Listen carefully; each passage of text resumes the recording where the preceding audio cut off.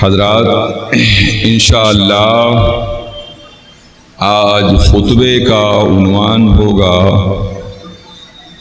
کہ اللہ کن سے محبت کرتا ہے۔ چنانچہ اللہ تعالی سورہ آل عمران میں فرماتا ہے وَالْكَاظِمِينَ الْغَيْظَ، اور اللہ انہیں پسند کرتا ہے جو غصہ پی جاتے ہیں، جو غصہ پی جاتے ہیں۔ وَالْعَافِينَ عَنِ النَّاسِ، اور اللہ ان کو بھی پسند فرماتا ہے جو لوگوں کو معاف کر دیتے ہیں۔ وَاللَّهُ يُحِبُّ الْمُحْسِنِينَ، اور اللہ تعالی احسان کرنے والوں کو پسند فرماتا ہے۔ غصہ آنا انسانی فطرت ہے کہ انسان جب کوئی چیز خلاف واقع دیکھتا ہے تو اس پر غصہ آنا انسان کی ایک فطرت ہے، مگر غصے میں آ کر کسی کو گالی دینا، کسی پہ ہاتھ اٹھا لینا، کسی کو ذلیل کرنا، اس کی اجازت شریعت میں قطعاً نہیں ہے کہ آپ کسی پہ غصہ ہو تو آپ اس کو مارنے لگیے، اس کو آپ ذلیل کیجئے، اس کو آپ ٹھکیل دیجئے، اس کے ماں باپ کو آپ گالی بکیے۔ اسلام اور شریعت اس کی اجازت نہیں دیتی ہے، بلکہ غصہ جب آئے تو غصے کو کنٹرول کرو،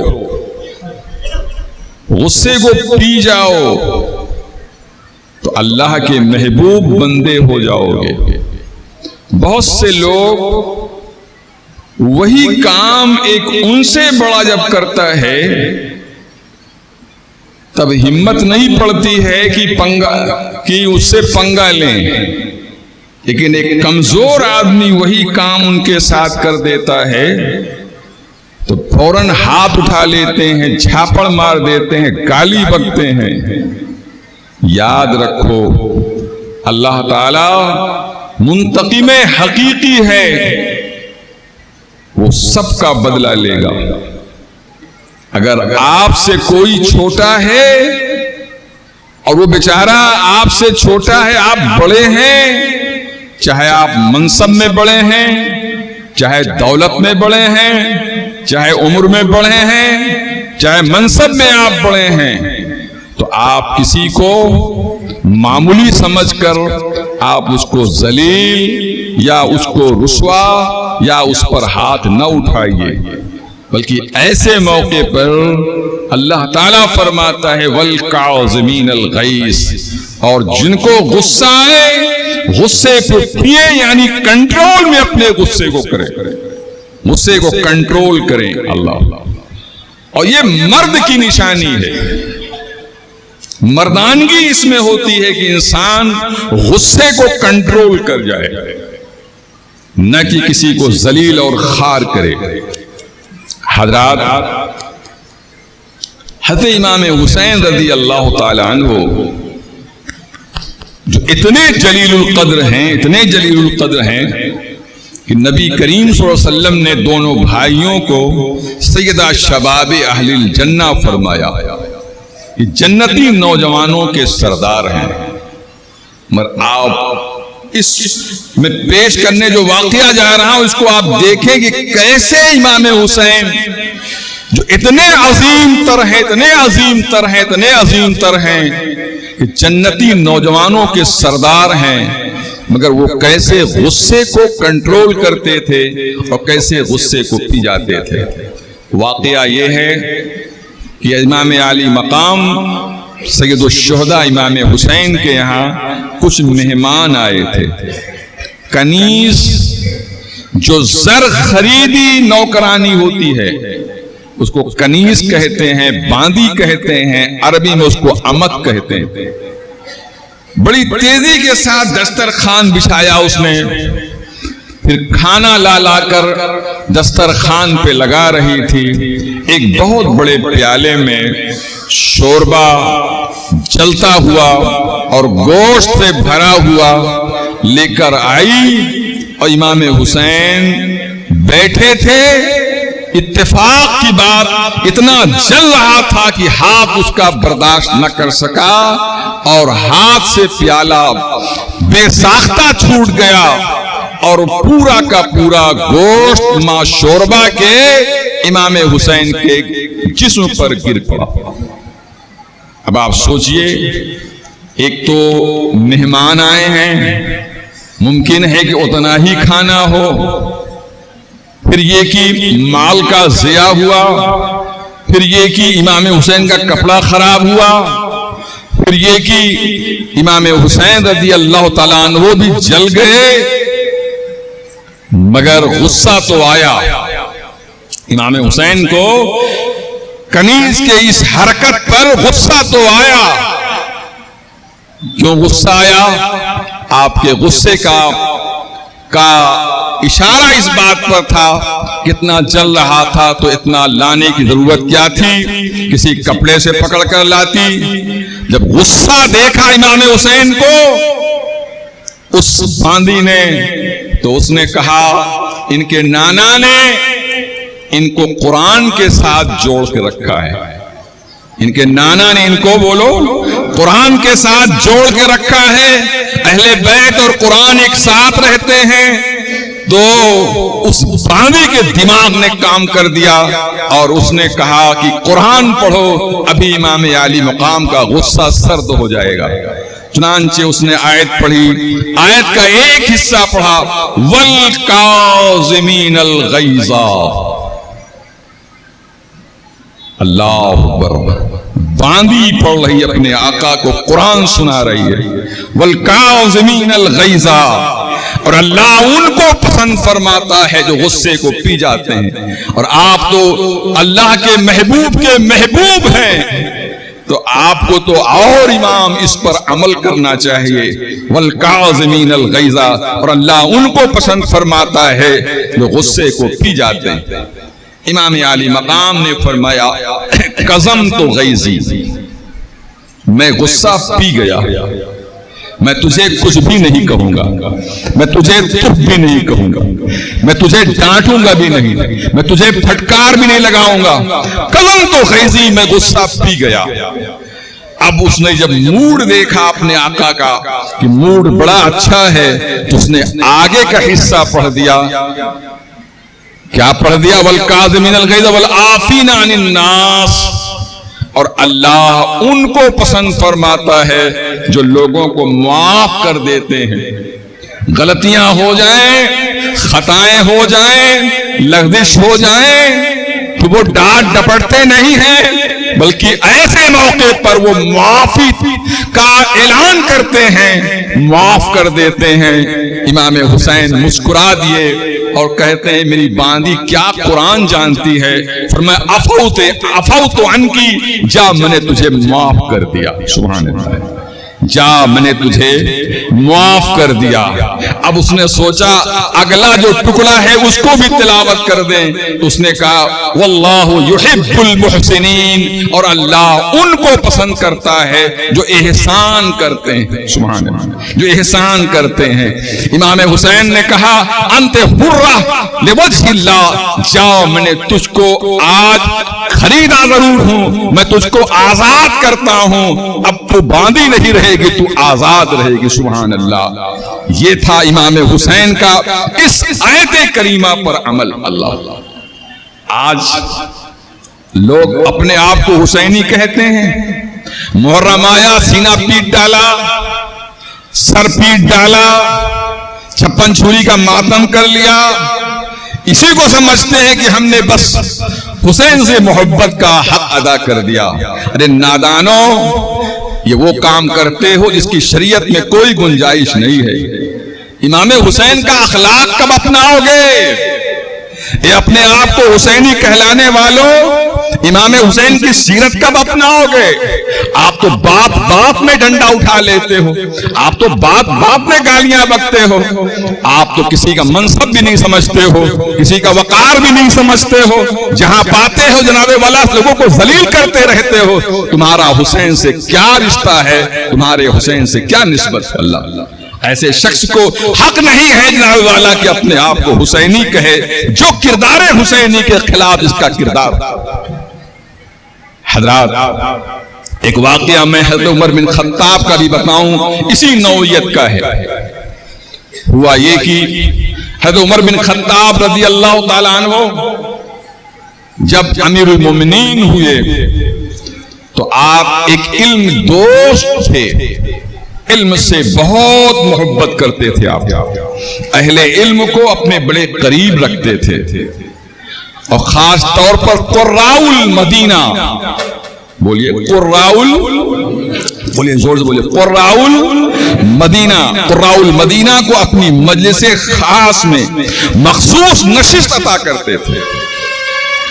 قراء المدینہ اس دور کی اصطلاح یہ تھی، جیسے آج کے دور میں اصطلاح آپ کہتے ہیں علماء کہتے ہیں، مولانا کہتے ہیں، اس دور میں علماء کو، جو مولانا لوگ ہوتے ان کو قراء المدینہ کہا جاتا تھا۔ تو حضرت عمر بن خطاب قراء المدینہ، خاص چھوٹی عمر کا ہو، نوجوان ہو، ان زمانے شباب میں ہو یا ادھیڑ عمر کا ہو، اس کو مخصوص نشست عطا فرماتے تھے، بڑی قربت عطا فرماتے تھے۔ حر بن قیس ایک نوجوان عالم دین تھے جو قراء مدینہ میں سے تھے، حر بن قیس۔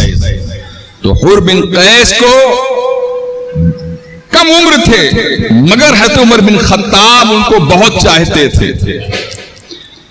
حضرت حر بن قیس کے چچا عیینہ بن حصن گاؤں سے آئے اور لوگوں نے بتایا کہ آپ کا بھتیجا تو امیر المومنین کا بڑا چہیتا ہے، امیر المومنین اسے بہت مانتے ہیں، جو کام چاہیے آپ کرا سکتے ہیں اپنے بھتیجے کے ذریعے سے۔